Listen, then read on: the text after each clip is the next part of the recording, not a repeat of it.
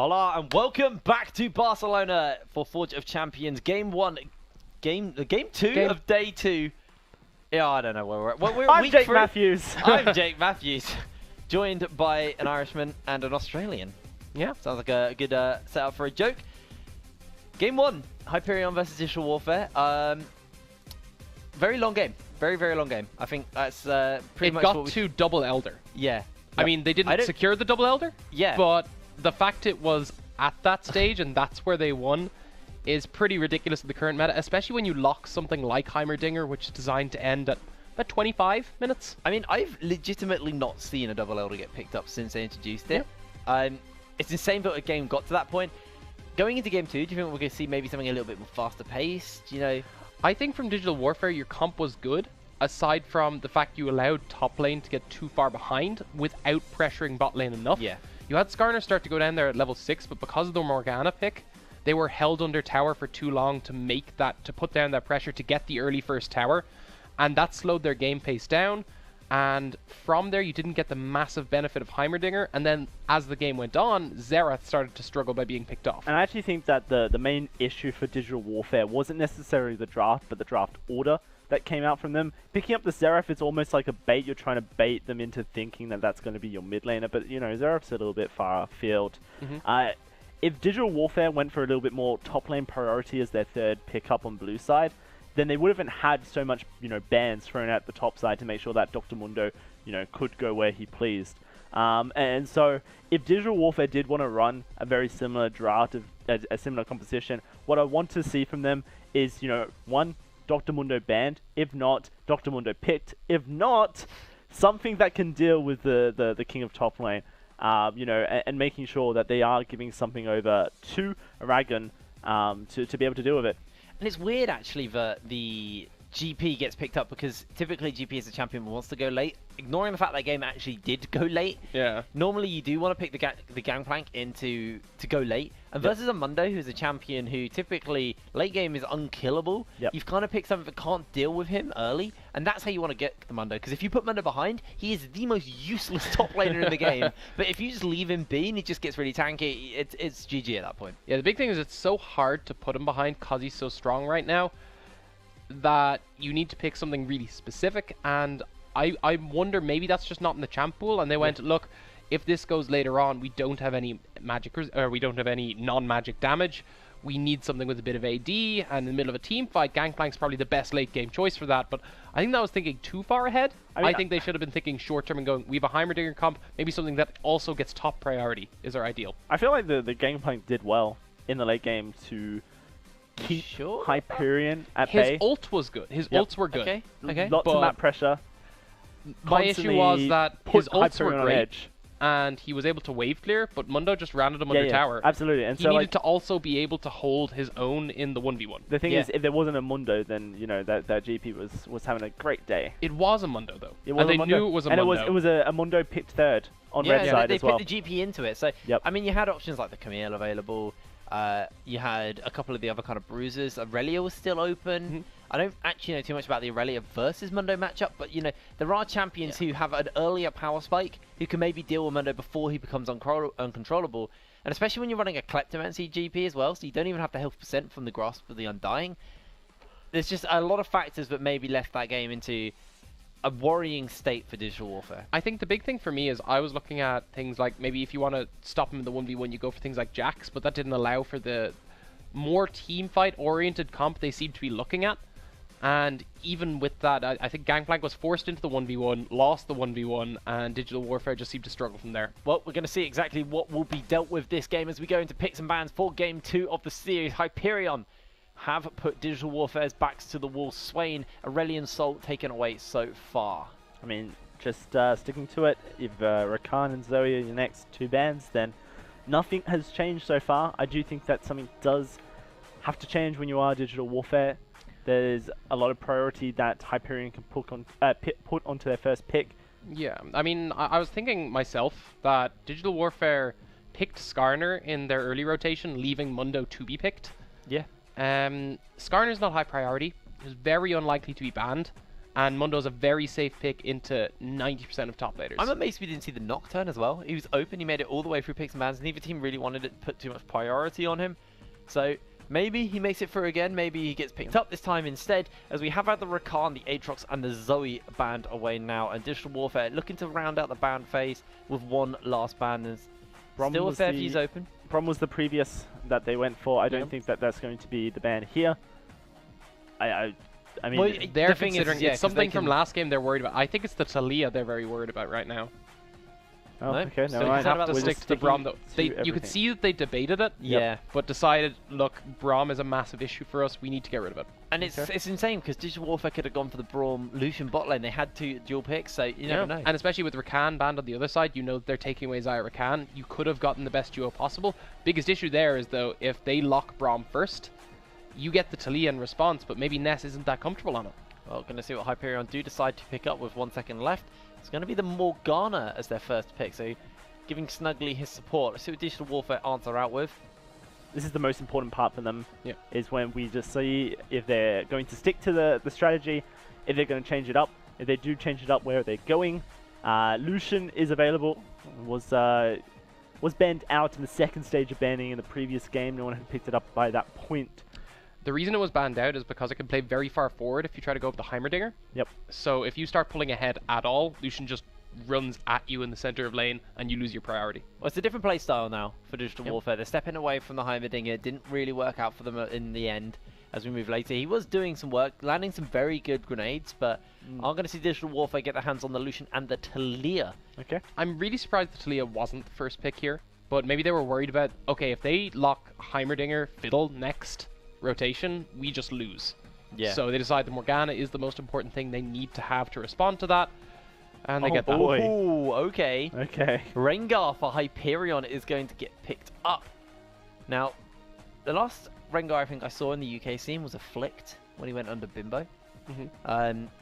He had a pretty good game. He's known as his Rengar player. Yep. And this feels a little bit more like a demo champion as well. Very aggressive.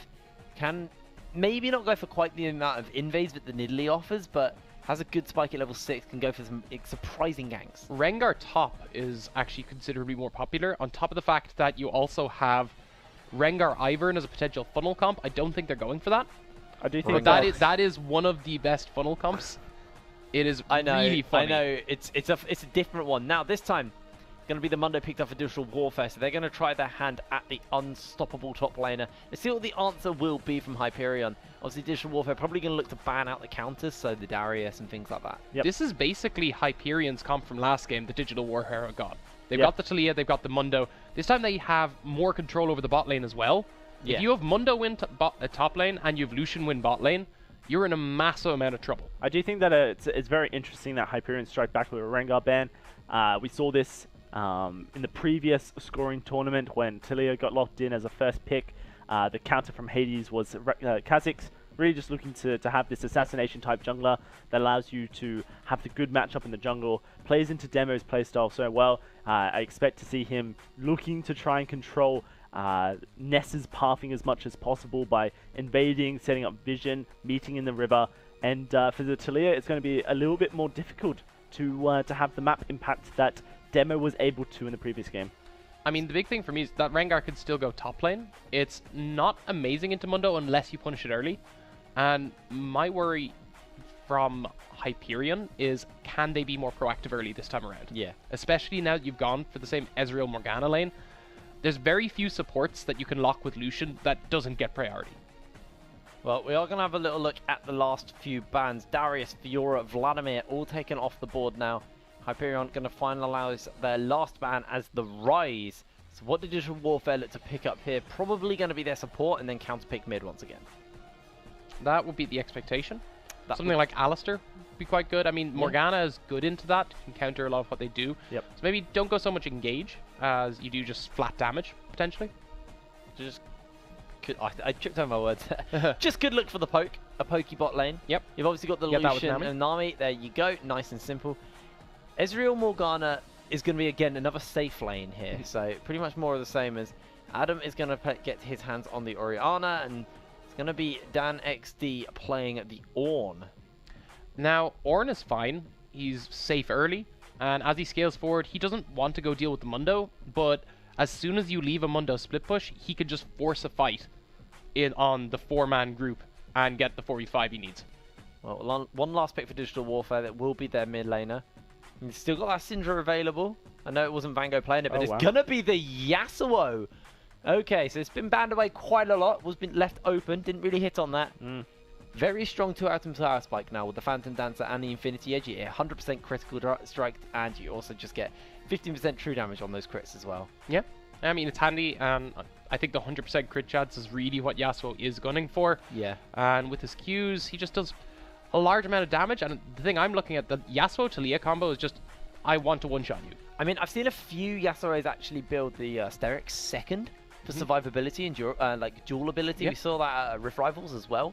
And then they picked the Infinity Edge up third. The problem with that is you don't hit your power spike quite so early, but you are a little bit safer. And it makes sense. Vango had lane priority all the way through on the Orianna in the previous game against the Syndra. Every time the camera shifted over, it did look like Syndra was kind of beating up the Orianna, but the CS lead was in favor of Vango. And so if Vango can continue that kind of lane pressure, he's kind of felt his opponent out just a little bit here, felt the way he moves on the Syndra, maybe feels like this is a winning matchup that he can then actually exploit with this Yasuo.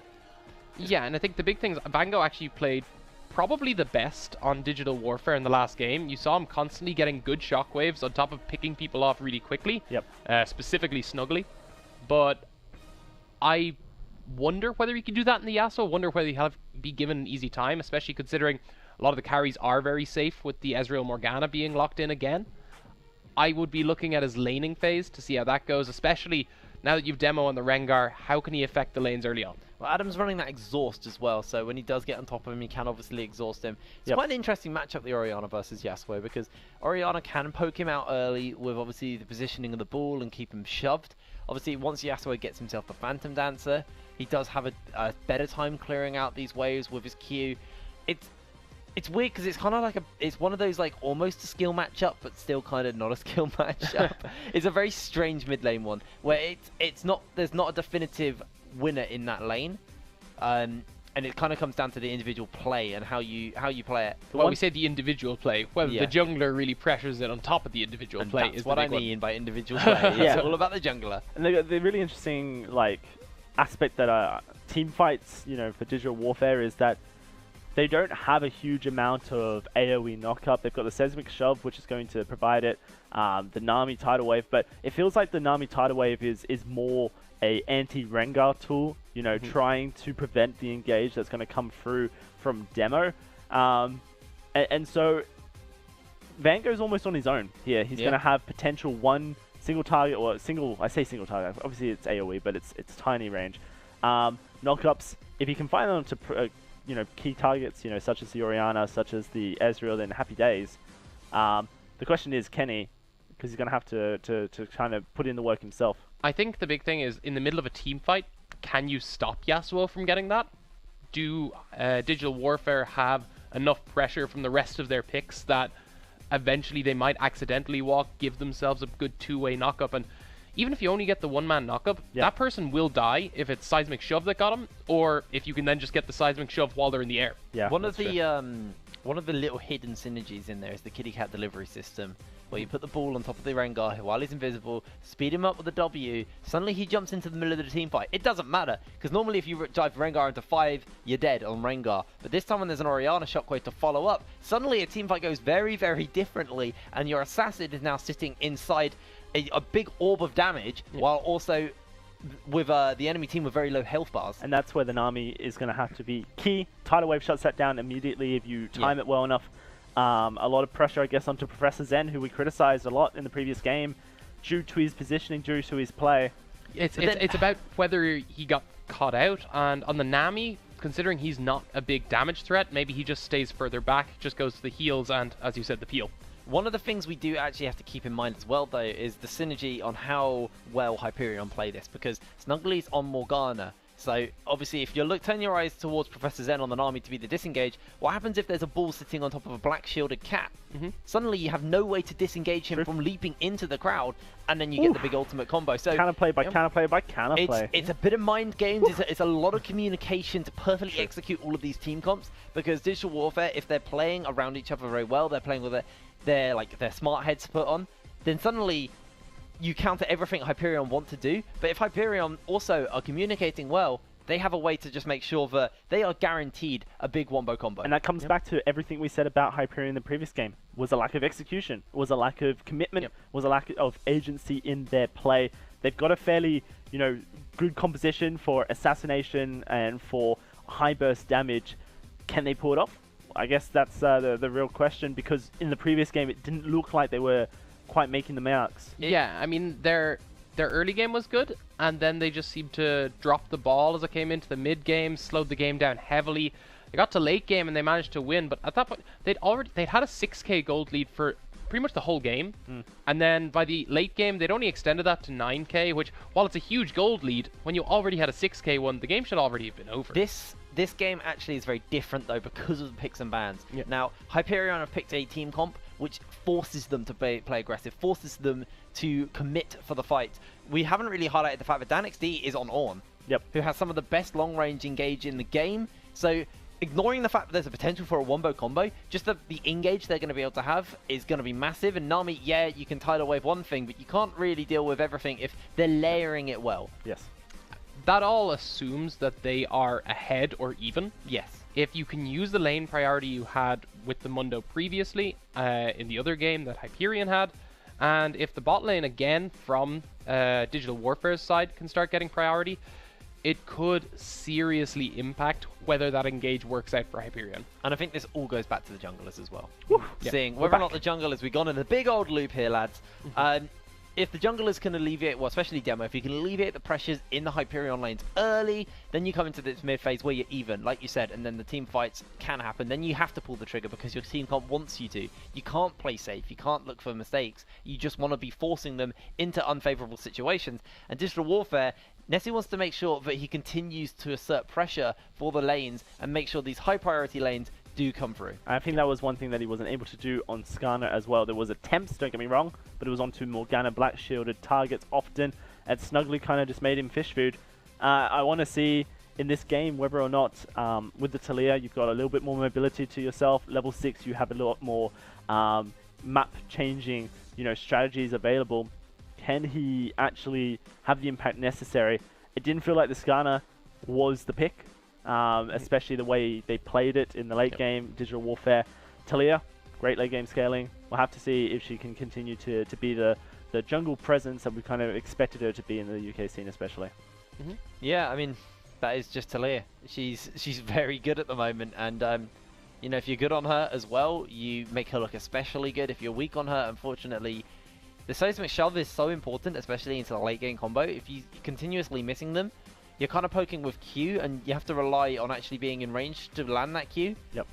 Which also puts you in a dangerous situation. But the seismic shove into the Q combo forces them to run away. And you can't not be good at seismic shove. You've got a Yasuo on your team. There's going to be a lot of reliance on high priority targets being knocked up to set up for team fights. I feel like the Talia seismic shove isn't the key knock-up. It isn't the major engage. It's going to be, honestly, Yasuo's Twister. Yeah. In most cases. It's more the burst that comes through it. Yeah. Yeah. So, I mean, the seismic shove is more a sheepdog of an ability where you're rounding them up. You're forcing them into the funnels where that's what the wall all the rest of the team can go in. And yeah, exactly. I mean, so thank God there's an on. There we go. That's what Talia is. She's a sheepdog. She herds the enemy team. Only in one direction. Much like a sheepdog, they just run away from her. Well, you have to just make sure that you kind of herd them that way, and then you get a bit of a whistle and you go over there and you force them over here, and you slowly work them until you're in their nexus and you beat it down. That would be ideal. That's something you don't do with sheep, though. You just normally shave them.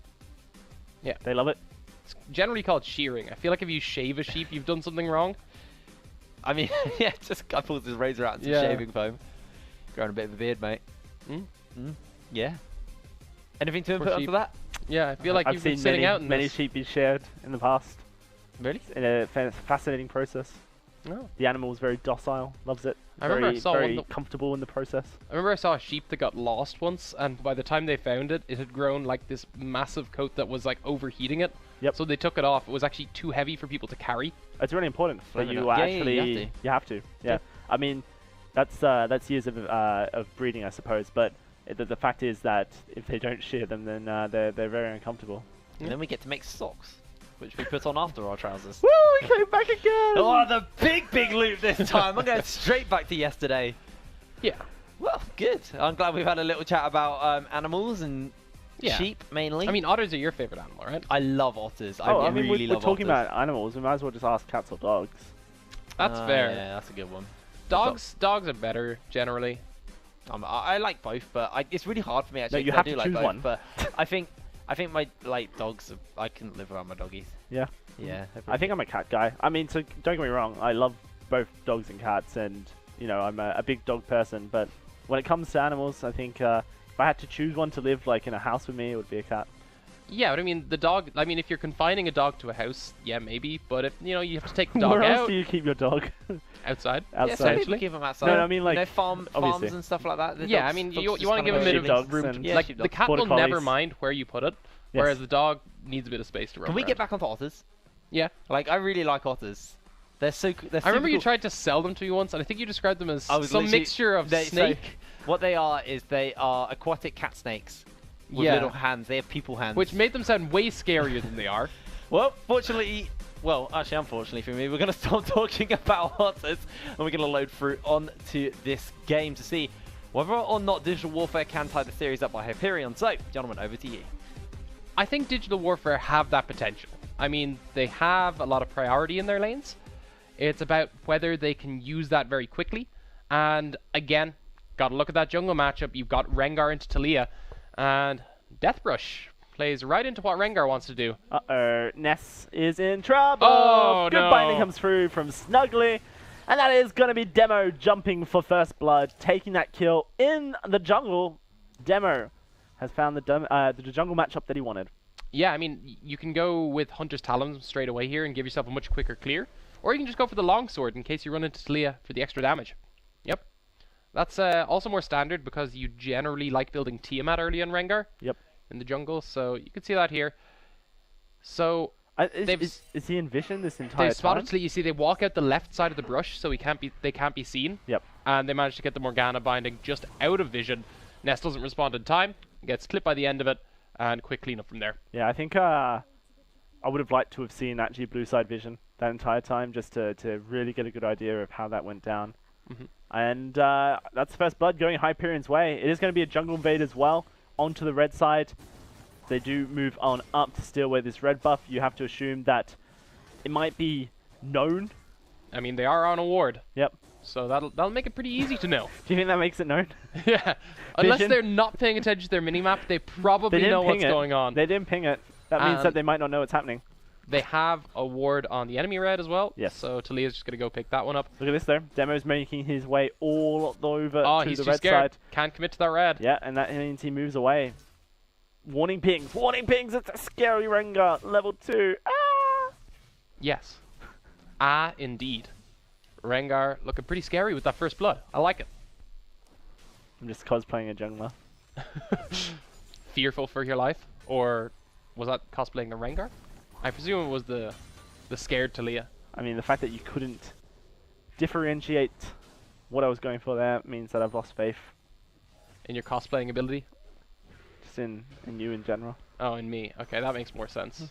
I feel like you had enough confidence for yourself going for that. It was definitely the Talia, right?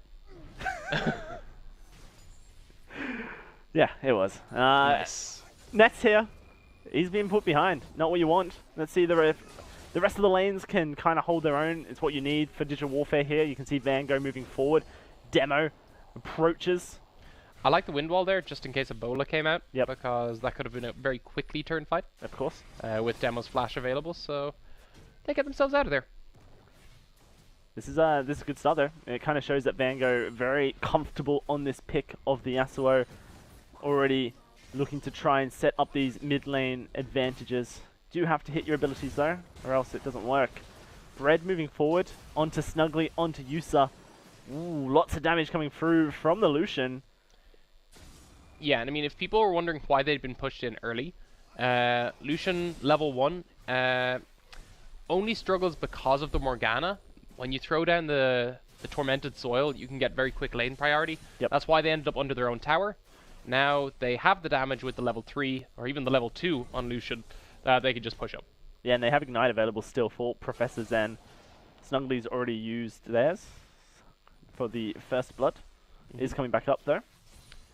Yeah, I mean, it's not going to be too long a wait. They did get that kill pretty early on. And you can see now the pressure coming down from that poke style bot lane. Or, yeah, all in style bot lane as well. One thing that Dan did really well in the previous game was have very good wave control. Constantly put the GP behind. On this Ornn though, it's a little bit harder. A lot more AoE to play around with. They are trying to set up a gank onto Aragon. Yeah, I mean, they can definitely kill him. The best time to kill a Mundo is pre-6. So much easier. But Mundo not walking far up enough. Aragon should get a bit more of a laning phase this time around. Last time was always going to be in favor of Mundo early on, and then he got ahead from a gank, and then it just made it worse and worse. This time, he gets a chance to step up himself. Yeah, no, that's a really important fact for Aragon. Didn't have the game of his life in the previous. Now playing the Dr. Mundo. Okay, so I was expecting the Tiamat from Rengar, but actually moved for the serrated Dirk, just looking for the straight up kill potential. But speaking of kill potential, yeah, no, there's going to be Ignite used there by Snuggly. In the mid lane, Nesu forcing the flash out of the Orianna just to with a seismic shove. It's good stuff. You want to do that? Yeah, I mean the exhaust is gone from Adam as well. Yep. So a lot of pressure being put down by Van Gogh. Oh, That's what Van you need. Gogh's Oh in no! trouble. Yeah, this is going to be him having to flash across the wall, but straight into a bush, and Demo follows over. That's going to be an easy kill for a Rengar. Not where you want to be. Bad times. Yeah, really well played there. And Ness was starting to walk up, but not quite in range to help out there. I liked the idea. I think you have this counter pick. You want to try force it.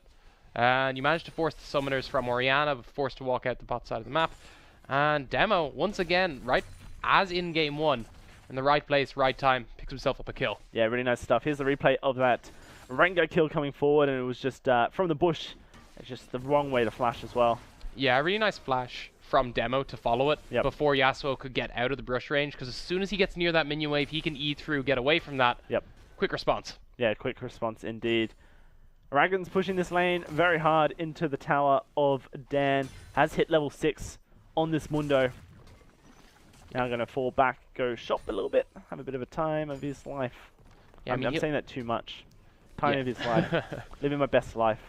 Yeah, but I think the big thing for me is that you have Mundo now with lane priority. You have the lane priority bot lane, lane priority mid lane.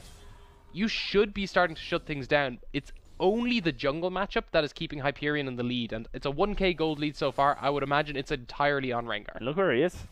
Demo currently in the river, moving up towards that red buff. Do see Aragon joining on to just make sure that Ness has safety.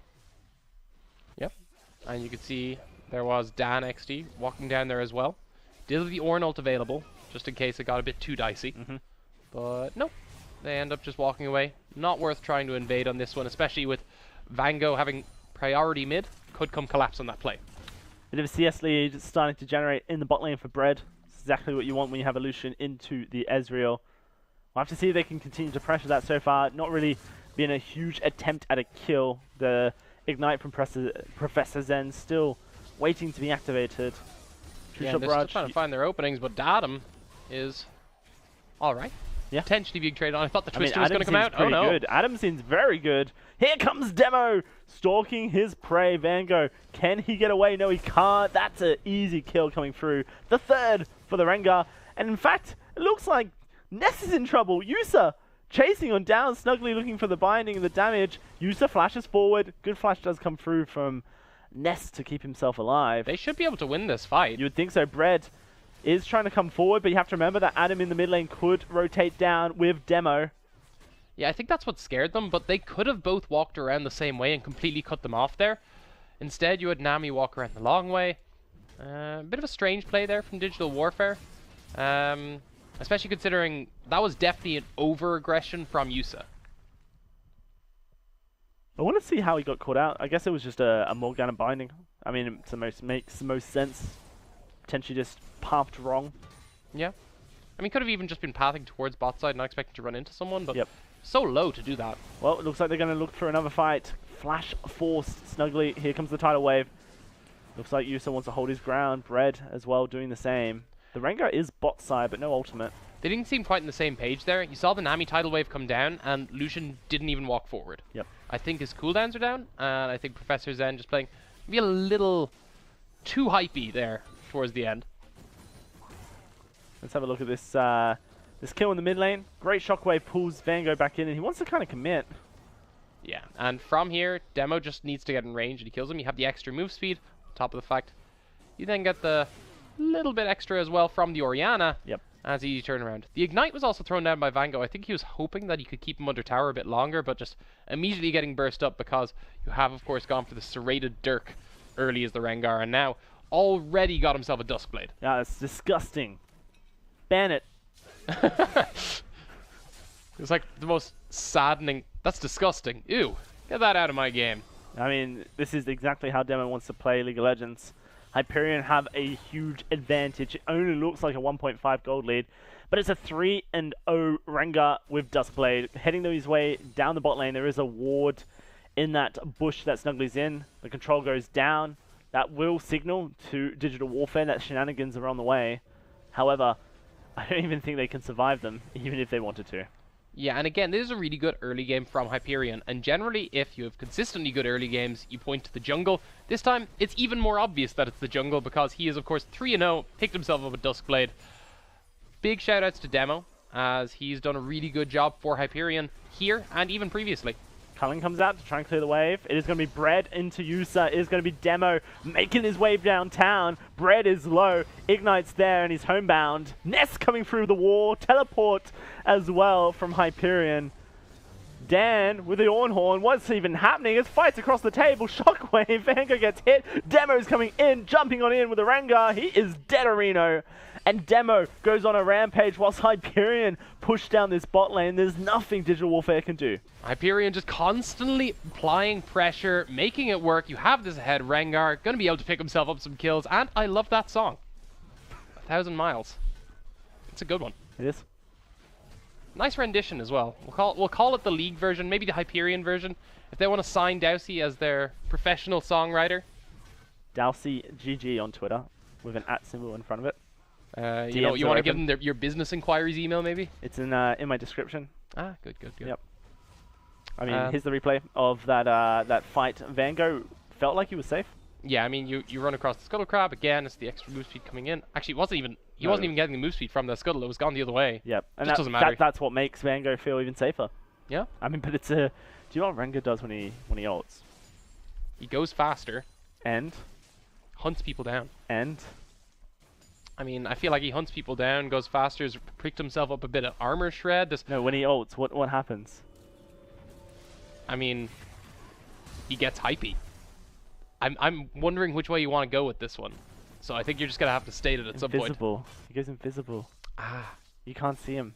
That's true. Technically you can if he walks over a control ward. It is only camouflage, not full invisibility. True. Like Predator. Yes. Like you could... I mean, Predator had that shimmer thing. Probably because they didn't have the special effects for invisibility at the time of the movie. Do you think that Rengar was based on Predator? 100%. And Kha'Zix was based on Alien? I don't even think that's a question, is it? And it's not, no. And that their special unique quest is Alien versus Predator. Yes. Whoa. That is next level. Instead, that we is 6-year-old analysis right there. Predator. 6-year-old being at 6 years old. Not that I'm a 6-year-old, but I am. I mean, a 6-year-old probably could have pieced it together. I hope so. They're smart, you know. I mean, if they'd watched Predator. Actually, I'm a little wary of all these 6-year-olds who are watching Predator and Alien. Having the time of their lives. We're back. Yeah. And I mean, Hyperion continuing to push their advantage. They have full map control here. It's not hugely surprising, especially considering... You have to remember, towards the early to mid-game, Hyperion were really good at establishing vision control over the Baron. And now they've gotten that control even earlier in the game. I'm hoping that they can push that advantage. This is the big thing, is that, you know, as we take this a little bit more, I take this a little bit more seriously, Hyperion need to pressure. That was the one thing that they weren't really able to do in the previous game. And continuously Digital Warfare hung on with one of the most thinnest of ropes. But now you have a 4-0 Rengar that's going to continue to put pressure. You can see him moving down the river. Digital Warfare potentially overextended. Ness going to be the target, flashes away. The bowler misses as well. Demo going to be in a bit of trouble. That's going to be a lot of damage, but Ness saved by a wall! Yes, oh no! The Ornhorn will find the kill eventually, and it's going to be shockwaves all around! Fight breaking out as Digital Warfare done forward. Brad looking for kills. Dan finds one on his own. It is going to be advantage going the way of Hyperion as they continue the charge, but it's not done yet. So much damage available to Brett and Vango, and Hyperion do have to respect it, starting to fall back. I mean, they still win the fight pretty heavily there. I think really well played for them. I'm not sure they're done. Yep. They're not. Vango's almost dead. Good war. Oh, Bowler that connects. bowler. That is a very dead Lucian. Dan forcing the flash from Professor Zen, burning him alive. I think he will survive. Going for more songs? Nope. I was really hoping that. That's poetic. also a great song. I will survive. Unfortunately, a lot of them didn't that fight. So let's have a look towards the start of this fight. A lot of damage is thrown down on Ness and on Demo. My hero. I was expecting the Orianna W. Just doesn't come down. I love this. The flash And then flashes forward into the wind wall. Ornult ends up picking it up. Run down by the Ram. Didn't even have time to run out of its range. Big knock up there on top of the fact you've Shockwave. And we talked about this before. They have this style of wombo comp available to them. And they managed to use it effectively. What an amazing piece of skill that was from Yusa. I mean, this fight drags on. It was a big overextension from Vango and Brett here, who I don't know what he realistically thought was going to happen. Yeah. I mean, he walked up to a brush against Rengar. He's done that twice now. That bola, I will give, was really clean from Demo because it looked like he'd already disengaged that fight, managed to pick himself up for Ferocity and snare that Lucian. Pretty clean from him. Yeah. I mean, that's one thing that we can continue to say about Demo. So far, his play this series has been immensely clean. On both the Taliyah, now on the Rengar. 5-0-1, a huge lead in the jungle. Yeah, and I mean, he basically hard carried this early game into a really strong position for Hyperion.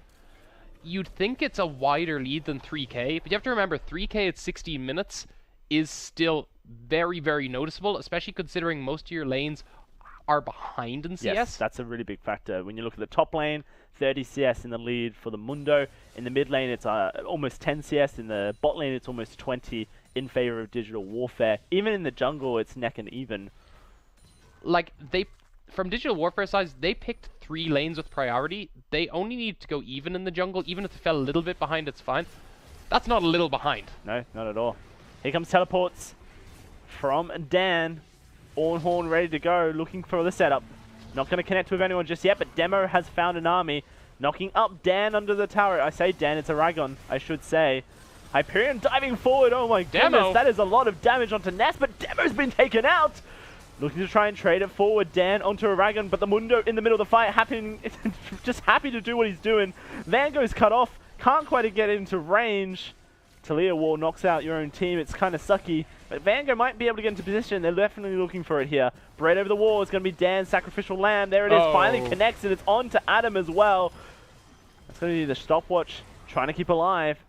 Are they overextending Digital Warfare? Certainly feels a little bit like they might be. Bread going to be cut off and taken, flashes over the wall. They find a kill, onto Dan.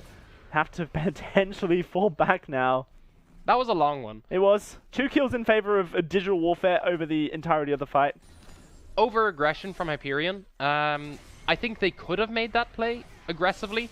They kind of backed off when they had the Rengar ult available to them though, and then re-engaged it afterwards, which was a really, really strange decision. And we can have a look at that here. See, they have the Rengar ultimate. He can go now, try pick off Professor Zen under the tower. Instead, he cancels his own ultimate, and then tries to re-engage here all over the Taliyah at you. You've basically done the seismic shove for her. At that point, so much damage came down that he just immediately died. So and then unfortunate. they're under tower in a 4v4 with Vango coming in. It's always going to be difficult for Hyperion to do well, even while ahead at this point, considering their most fed member just died. And this just goes on well, for so a little slow. while. There's I a mean, nice bubble and immediate follow-up as well a little later on. Bread's dead! Yep, dead bread. Bread Dead Redemption. Not yet. I was actually never a huge fan of that game. I know a lot of people liked it, and I got a little bored towards the end, to be honest. So, I mean, there was a couple things there. Yeah. Ness's wall, I mean, was very unnecessary, and then also cut off his team for far too long. Didn't allow Vango to get in and do Yasuo things, which is what he was wanting to do that entirety time. Professor Zen was the one who got the shutdown gold. I mean, all a bit, it was kind of necessary that he healed Ness, and so I'm not so concerned about that. We have a tower dive coming through. Dan's going to try and counter it. Let's see. Oh, great. Just the wall cuts it. Easy peasy, lemon squeezy. Vango will be able to knock him up, and Aragon will shut him down. Yep. Good play from them there. Ness is in Hyperion looking trouble. for more. Oh, I say, yeah, it is. I mean, that was a play that Ness was trying to set up. It did not work. Holy moly, all across the board, it is kills 9-4 in favor of Hyperion with only a 3,000 gold lead it remains. Mountain Drake has just spawned. Does look like Hyperion are going to start making their way down towards the pit. Yeah, that was one of those stages where, you know, you're the Morgana and you're just typing all chat, just like, yeah, nice catch, by the way. Caught me out there. And got himself caught out, unfortunately. Trying to build that Zanya's as well, but could have tried to stopwatch that, but realistically, he was always going to go down when he was caught out that far away from his team. And he was the one trying to set up the play. Yep. His team were nearby, but not really in a position to fight because you had both Ezreal and Morgana already on top of him. At this point, you feel like lots of pressure on the back of Vango to really play this Yasuo correctly. Demo is 6-1-1, is flashing onto the Yasuo here. Snugly going to come forward and make sure that Vango can't do any shenanigans. Ult used, Vango takes him down. Probably a little unnecessary, but I don't think he was expecting the binding to land. Yep. Vango, I mean, it's again, Demo straight about playing him, going for that flash into the brush, knowing he was nearby. And he's so far ahead at this point that he's always going to win that fight. Every single time. Yep. Oh dear. Yep. Fed Predator. Fed Predator. Oh my goodness. Just like in the movie. In the movie, where people just disappear. Yeah. What you need is Arnold Schwarzenegger to fight him. Sounds like a good idea. Yeah. I wonder if Digital Warfare could get in contact. Hey Arnie, help us out. I feel like Mundo is the most Arnie-style champion. It's probably the closest you're getting. Yeah. So I mean, they Sion have previously was. Sion? Way back when. Yeah, okay, yeah. But like old Sion. I understand that. But yeah, I'll have a look at this. Instead, is them going down. It's like the first person in the Predator movie. It's not even close. Sad times for them. Vango can't really be that person consistently. He's going to have to be the carry threat. Maybe potentially in team fights they jump someone a little bit easier to execute on. Professor Zen, Bread, even Ness seems to go down so quickly. But if Vango's the one to lose his life... What I like here is you've fed Rengar, so the natural thing you want to do is try group up. If you try group up, you have Ornn and Orianna against you. Yep. So, massive double threat there from Digital Warfare, or from Hyperion, leaving Digital Warfare with very few options. Hyperion just need to continue pressuring is really what we're seeing here. I mean, but that was the story of the previous game. It went on for 40 minutes. 21 minutes at this point. Baron has spawned. And you feel like all Hyperion need to do is bring Demo up towards the top side jungle, find a pick in the red side jungle, win a team fight with the Orianna Shockwave, the Ornn Horn, and then take a Baron. I think you just walk up, make sure you pick off the Talia, and they're not strong enough to just try engage on you at that point. You have to get maybe a Nami tidal wave into a massive 5-man knockup. It's not realistic, and I think Hyperion should just be easily taking this Baron shortly. No, you'd think so. Let's see what does happen. Teleport available for Aragon. Not many ways to get into the team fight. Actually, there's a great ward right behind, but he's going to go the forward-facing one. There's the Talia War, splitting the fight, but not in a way favorable for Digital Warfare. There's Professor Zen trying to set things up, but out of range is Vango. Ornhorn trying to push them all back. This fight is completely split. Now they just turn it. Great stopwatch comes from Ness, but he's dead as soon as he does come out of status. And now Aragon and Vango are running for their lives with nothing to truly keep themselves alive. Demo destroys Vango, this Mundo falls without a hitch. Job done from Hyperion. They'll head back to the Baron. Well, they got the Talia, which was all they really needed. They got 2 more, makes it a bit easier. And from here, it's Hyperion maintaining control of the game. The gold lead isn't even that large yet. It is only 4k, but you should see that widen as this Baron goes down and then as they start looking for more towers. Professor Zen likes to steal things. That was close. Yeah. That was a fail smite right there. That was an awful smite. That left it on 150. It wasn't even particularly close. Ezreal managed to get an auto in before that Nami bubble landed. Imagine. I am imagining. It's horrible. I mean, it just slows the game down. We'll have another 40-minute one. Imagine all the people crying out fire and steals. Yeah, Hyperion, he is still available to be signed. I recommend it. It is wonderful to sit beside and listen to, and in the meantime, we get to watch what was a pretty good team fight from Hyperion. They go for that engage. You have Rengar already ulted in.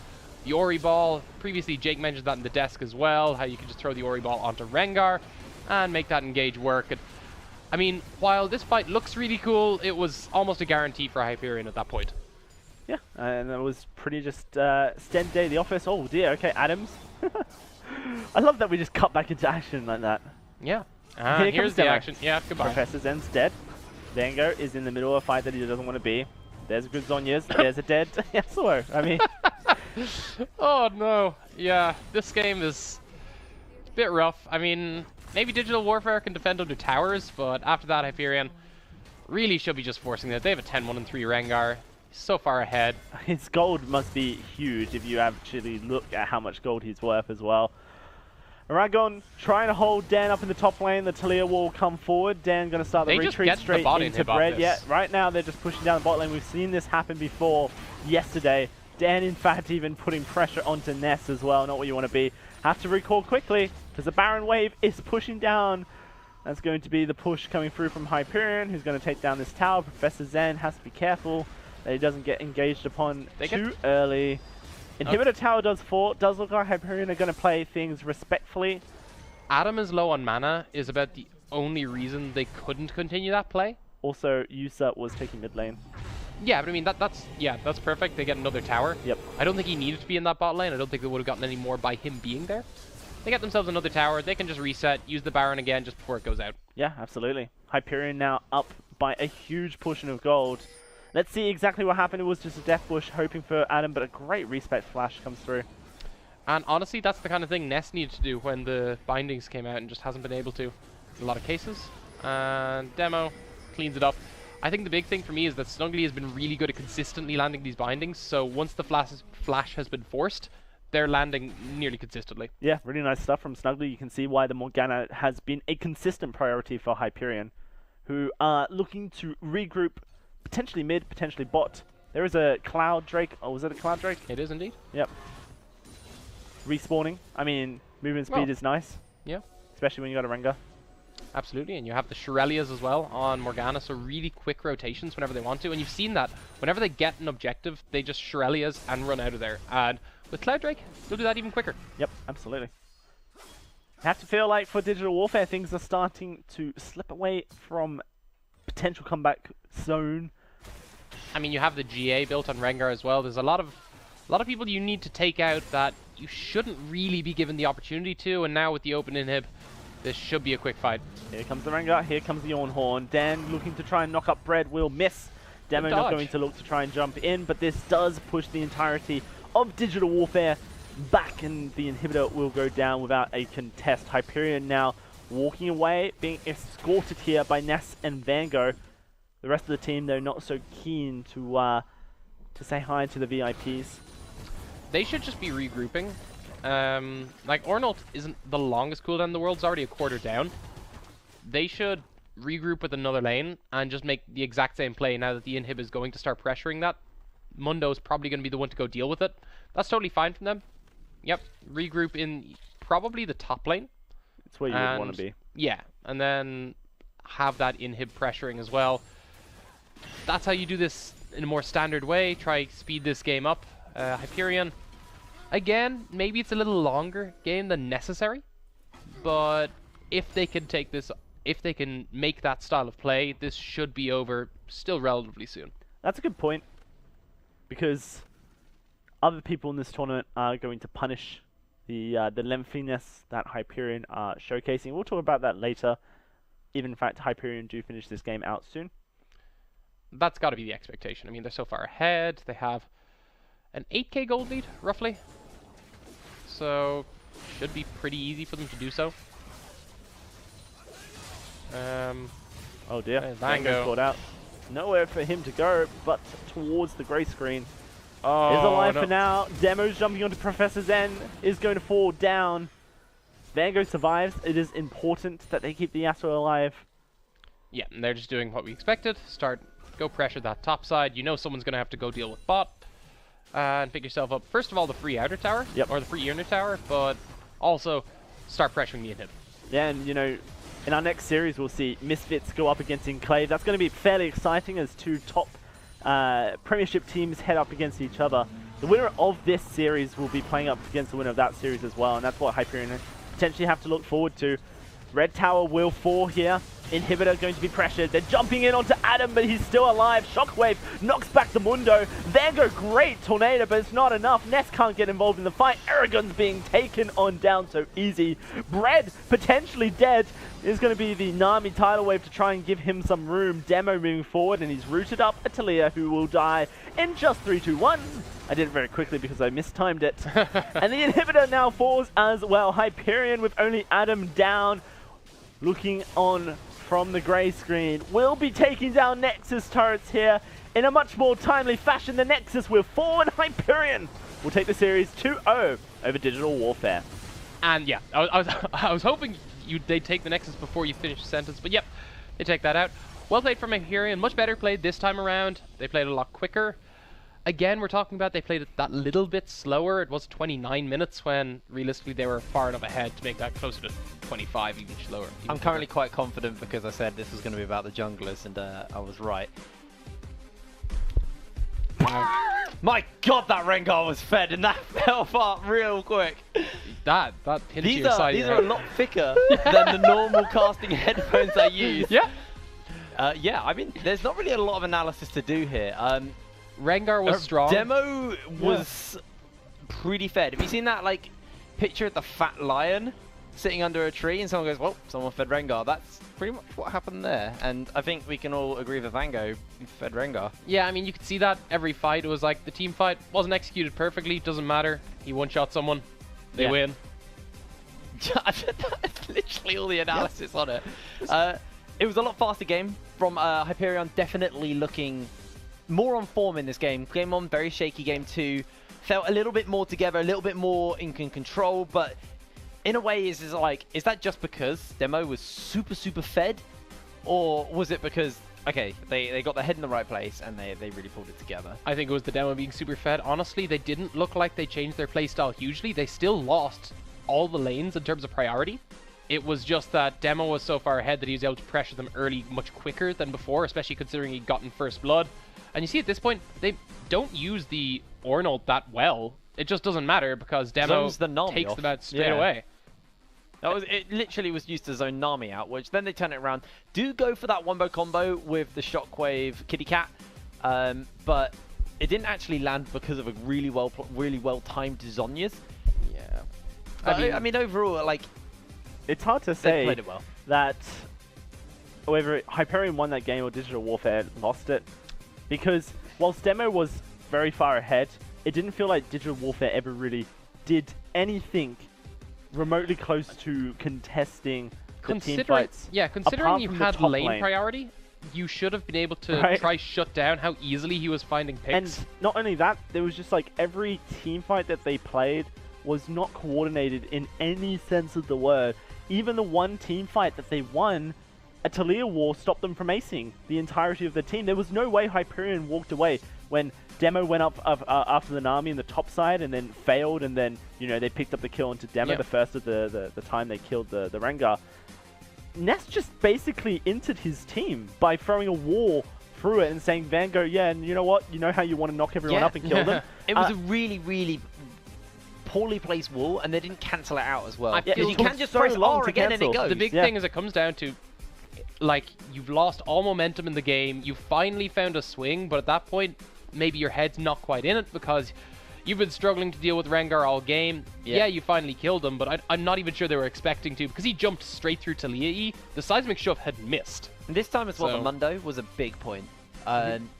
It wasn't as strong as we saw in the previous game. It didn't basically run away with the game. It was kind of you're against a tank. It will always take longer to punish, and again, they had lane priority. They were pushing up. They didn't use that. They didn't try to respond to the jungle. I'm not sure they could because they comes back to lack of coordination. Like Digital Warfare had multiple chances where Hyperion kind of disrespected the ability to coordinate and team fight, and Digital Warfare weren't ever really coordinated enough to punish them. Even that Baron fight that we saw in that previous replay was like there was 2 people on the other side of the map basically, and Ornn decided, you know what, I'm just going to keep them out of the team fight.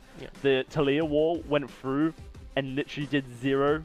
It was like, oh guys, by the way, in 10 seconds we're going to be there. Get ready. Also, this wall's going to be gone by the time we arrive as well.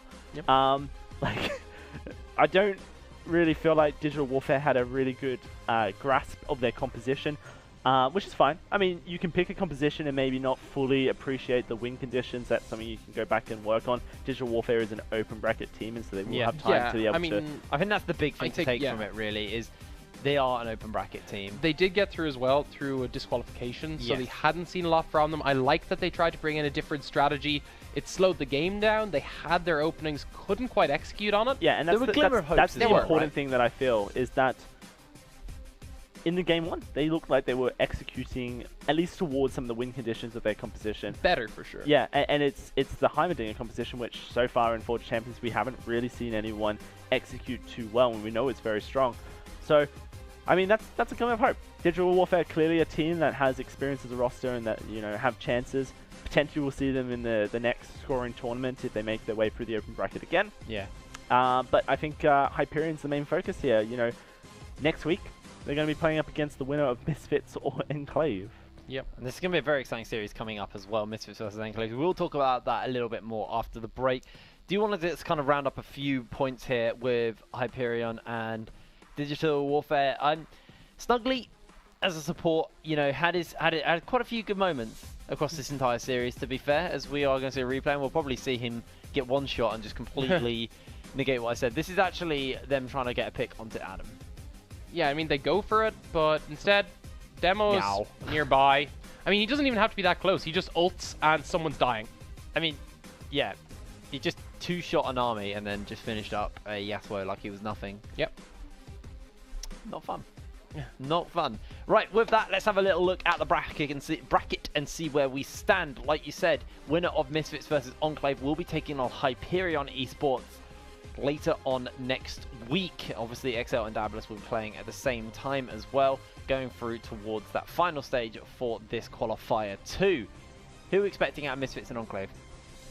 I mean, I think both teams have had little bits of struggle. I mean, Dowsy, you casted them a bit more recently. What do you think based off that last scoring tournament? It's too hard to say that there will be a definitive winner, but you have to look towards Misfits' way. As a team, they don't have many regular season losses, and they've already had their first, which is the most that they usually ever have. And so, if they were able to continue the consistency, then I would expect that would be something that we would look towards. But do make sure you do let us know what you think about all of these series over on the hashtag Forge of Champions 2. Give us a bit of discussion about I think we actually have one to showcase. Oh, we have a tweet? Yeah. Cool. Yeah, we do. Sorry, I didn't hear that. Let's have a look. Call in and out. Enclave will be in the finals. Forge of Champions. I think if they win this, they likely will be. Yeah, I mean, I think no way. No, I completely agree with you. Actually, Yeah. if they can beat Misfits, they have no reason not to make it all the way there. Yeah, and Diabolus showed some weaknesses yesterday as well. So, you know, they get through Misfits, they then watch back the videos from this week and see where Diabolus fell short and look to punish them. And one of the big things as well, while we said, yeah, Misfits went 9-1, their one loss was to Enclave. Yep. Yeah. Will history repeat itself? I did kind of just assume that Diabolus would make it through to the finals. I mean, Yeah, why it not? does based on the way They their play roster up was against playing, but Excel. Excel Against played a lot better. Yeah, you're right. Yeah. Actually, no, you're right. Completely Excel. So actually, they will make they do have potential to make finals, especially if they beat Misfits. Whether or not they'll win finals is going to be a very different thing because they will be playing against XL or Daedalus. Daedalus definitely showed some weaknesses when XL looked a lot more tied up and a lot more together this week. I think, yeah, focusing back on the matchup we have coming up, though, Misfits and Enclave will pretty much decide who then the finalist is, as we were saying. On this side of the bracket. I think we were saying that Misfits looked stronger. Let's see if they can show that today. They should. If they can make this a clean game, we expect them to look very strong looking going forward. Well, will the Bunny Rabbits be able to pull out the hat? That is what we're obviously going to find out after... The Bunny Rabbits pull themselves out of the hat? Yeah, I guess that's what Enclave are going to have to do. so unintentional, but I'm Really? going to roll with it, yeah. Okay. Wow. I'm a genius. Did you know this? Accidental I didn't know funds. this. Apparently I'm just incredibly smart. Jake Matthews, 10 out of 10. Yep. Yeah, magician. Well, you know, if casting fails, I might just move to doing cheap magic tricks on ferries and cruises. I mean, I like that you immediately assume, well, at least I'll be booked on ferries. I mean, I'm not going to be small I'm time. going straight to the big Yeah, guns. yeah, of course. I've got a portfolio here. Gonna work well with your fear of boats. Yeah, that's a good point, actually. I'm really scared of boats. I didn't think about that. That's these really short-term thoughts, but okay. Well, we're going to be coming back with after our break with our second series of the day, which will be Misfits taking on Enclave. Don't go anywhere. We'll see you shortly.